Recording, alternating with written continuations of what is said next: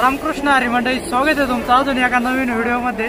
तर आपण मागच्या व्हिडिओमध्ये पाहिलं की Pune to Delhi train journey, तर तो व्हिडिओ तुम्ही पाहिला नसेल तर खाली डिस्क्रिप्शनमध्ये लिंक देतो, तिथे जाऊन बघा, नाहीतर या ठिकाणी क्लिक करून तुम्ही तो व्हिडिओ पाहू शकता। तर आज आपण दिल्ली रेल्वे स्टेशनला आहे। तर इथून आपण पहिलं इंडिया गेट पाहणार आहे, त्याच्यानंतर लाल किल्ला पाहणार आहे। तर आता आम्ही इंडिया गेटला निघालोय आणि दिल्ली स्टेशनपासून ते इंडिया गेट फक्त 5 किलोमीटर अंतर आहे।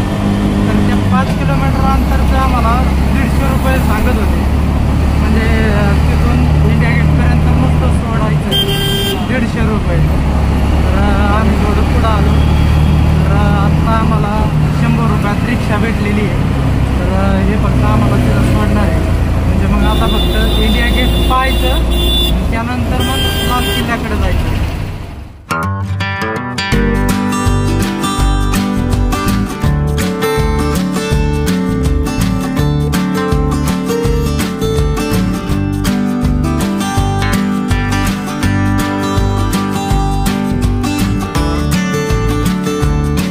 वो दिखाई दे रहा है अंडरपास है नीचे, ठीक है। इधर अंडरपास है क्या? हाँ अंडरपास है, नया बना, मोदी ने बनाया है। हाँ हाँ हाँ, तो इधर से आप नीचे जाओगे, हाँ, इंडिया गेट पहुंच जाओगे वहाँ पे। हाँ ठीक है। और बस कौन से बोले आप? 502 502 इधर से लाल किले तक जाने, 405 और उधर से स्टेशन तक आने के लिए स्टेशन के लिए रिक्शा मिल जाएगा आपको। हाँ हाँ हाँ इधर से लाल किले पे जाने के 502 मिलेगा ना, 502 मिलेगा। आगे देखो वो जो बस खड़ी है ना, वो दिखाई दे रहा। हाँ हाँ उससे आगे हल्का और चलना, बस स्टैंड नजर आएगा, हाँ बस वहीं खड़े हो जाना। हाँ हाँ लाल किले से निजामुद्दीन आने के लिए 405। हाँ चलो ठीक आहे। तर रिक्षावाल्या बाबांनी आपल्याला इथं सोडलेलं आहे। तर ते म्हणतात की अंडरग्राऊंड इंडिया गेट तिकडे आहे आणि इथून अंडरग्राऊंड रस्ता बनवलेला आहे। तर आपण त्या रस्त्यापर्यंत जाऊ आणि तिकडं इंडिया गेट आहे, तर इंडिया गेट पाहू।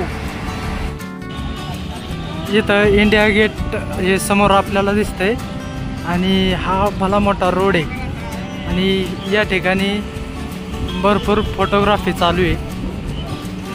भरपूर लोक येऊन फोटो वगैरे काढतात।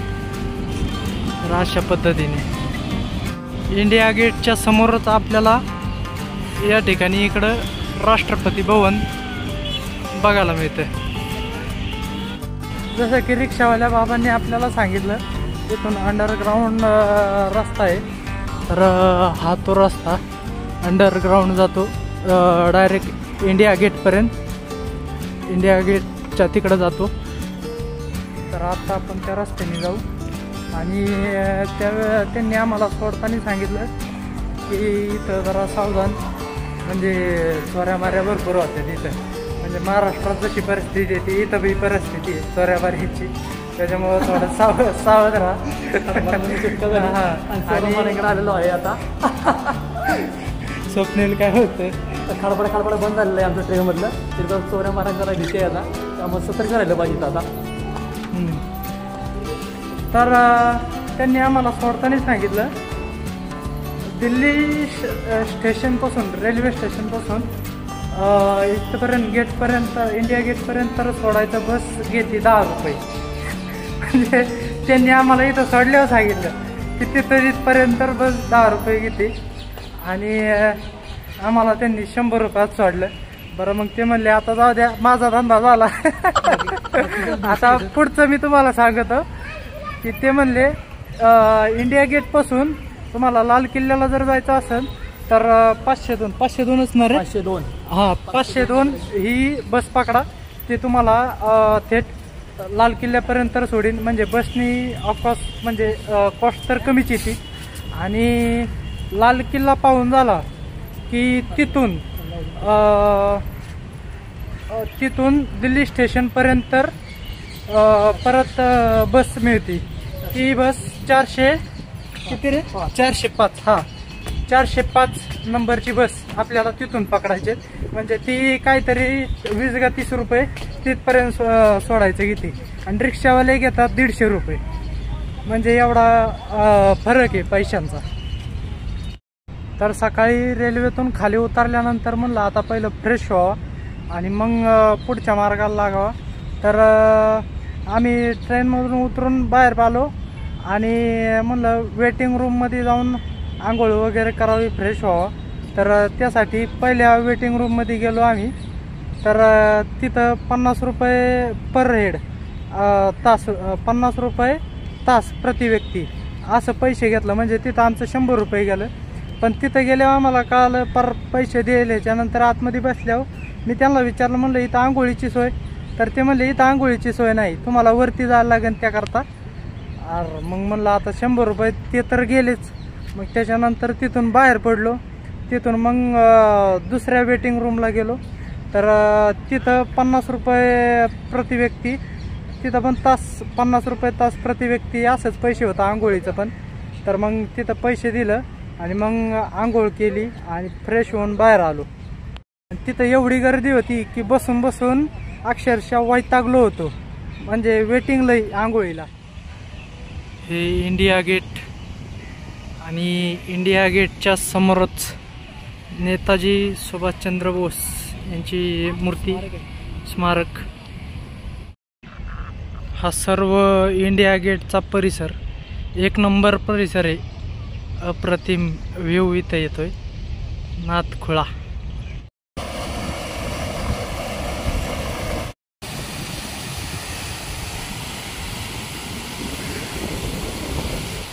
आता इंडिया गेट पाहून झालेलं आहे. आता आम्हाला लाल किल्ल्याकडे जायचं आहे. जसं की मगाशी आपल्या रिक्षावाल्या बाबांनी सांगितलं होतं 502 नंबरवाली बस तुम्ही लाल किल्ल्यापर्यंत जाऊ शकता त्या बसनी.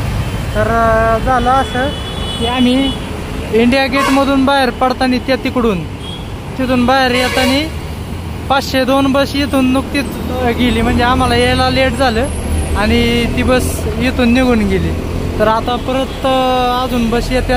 तर आता बसची वाट बघत बसलो इथं.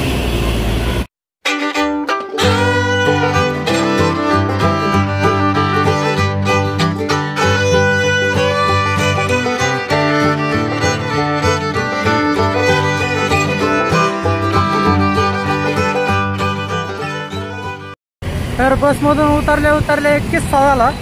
काय झालं, बसमधून आम्ही खाली उतरलो तर तिथला TC लगेच आम्हाला म्हणला तिकीट दाखवा. तर आपल्या महाराष्ट्रात कसं असतं, बसचं तिकीट जर काढलं तर लगेच चुरगाळा मुरगाळा करून कुठेतरी फेकून देतो आपण. पण इथं पहिलं तिकीट बघितलं आमचं नशीब. मी बी ते तसंच करणार होतो, चुरगाळा मुरगाळा करून फेकून देणार होतं. पण तिकीट माझ्याजवळ मी तसंच खिशात घातलं होतं. तर ते तिकीट दाखवलं, नाही तर आज फाईन बसला असता.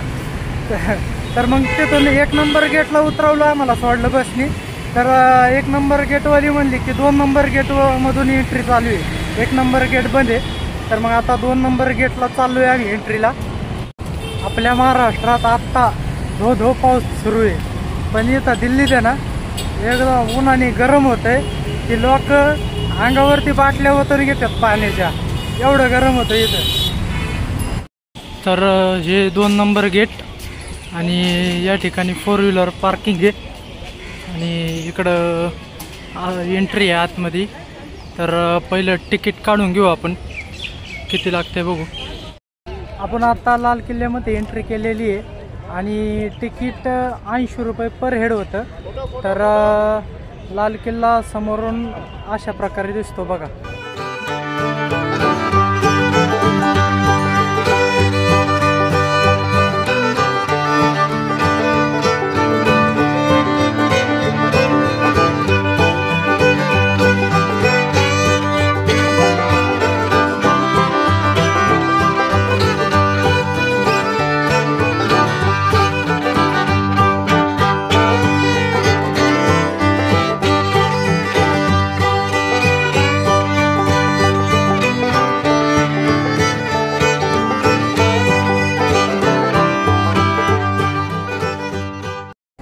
किल्ल्यामध्ये प्रवेश केल्यानंतर सगळ्यात पहिल्यांदा आपल्याला हा दरबार लागतो. ह्या दरबाराला दिवाने आम दरबार बोलतात.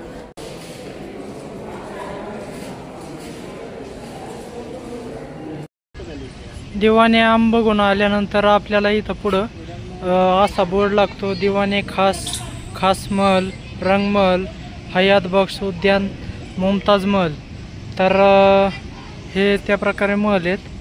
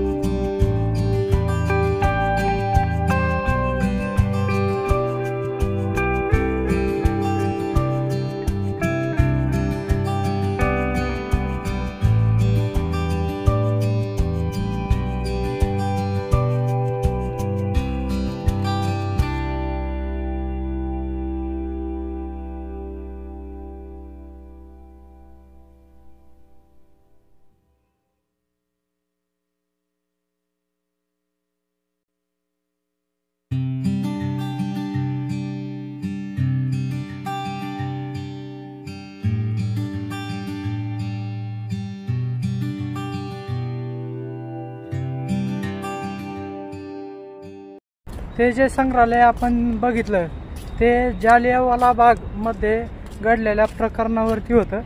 तर जालियानवाला बाग प्रकरण काय आहे हे जर तुम्हाला माहीत नसेल तर तुम्ही अक्षय कुमारचा केसरी 2 हा पिक्चर पाहा. त्यामध्ये संपूर्ण जालियानवाला बागची स्टोरी दिलेली आहे. तर आपण त्या संग्रहालयामधून बाहेर पडलेलो आहे आणि अजून पुढं बघू आपल्याला काय काय पाहायला मिळते ते.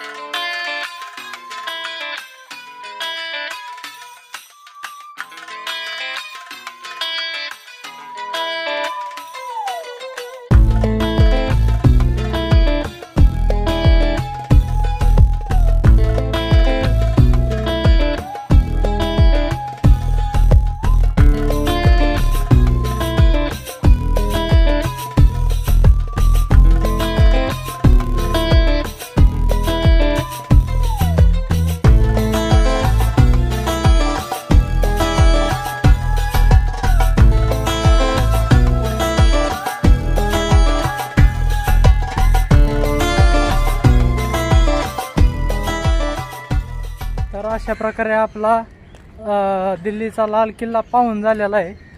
तर आता आपण इथून बाहेर जाणार आहे. तर हा लाल किल्ला पाहण्यासारखा म्हणजे एवढं काय ह्याच्यात नाही, ह्याच्यापेक्षा आपला रायगड भारी आहे बघायला.